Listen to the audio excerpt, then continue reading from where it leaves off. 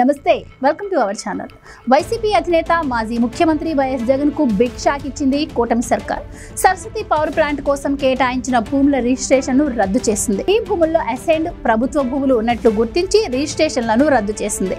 పల్నాడు జిల్లా మాచవరం మండలం వేమవరంలోని 20 ఎకరాలు, పిన్నెల్లిలో మరో 4.84 ఎకరాల భూమిని అసైన్డ్ భూమిగా గుర్తించింది కూటమి ప్రభుత్వం. వైఎస్ రాజశేఖర్ రెడ్డి హయాంలో సరస్వతి పవర్ ప్లాంట్ కోసం 1516 ఎకరాల భూమిని కేటాయించారు.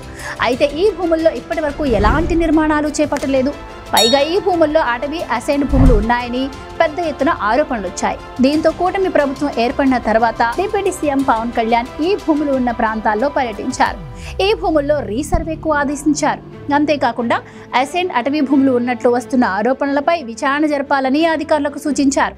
దీంతో అధికారులు ఇటీవల ఈ భూముల్లో సర్వే నిర్వహించారు. ఈ భూముల్లో అసైన్డ్ భూములు ఉన్నట్లు గుర్తించిన మాచవరం తహసీల్దార్ క్షమారాణి కలెక్టర్కు నివేదిక అందించారు. ప్రభుత్వ భూములను తప్పుగా రిజిస్ట్రేషన్ చేశారని, ఆ దస్తావేజులను రద్దు చేసేందుకు అనుమతి ఇవ్వాల్సిందిగా కలెక్టర్ని కోరారు.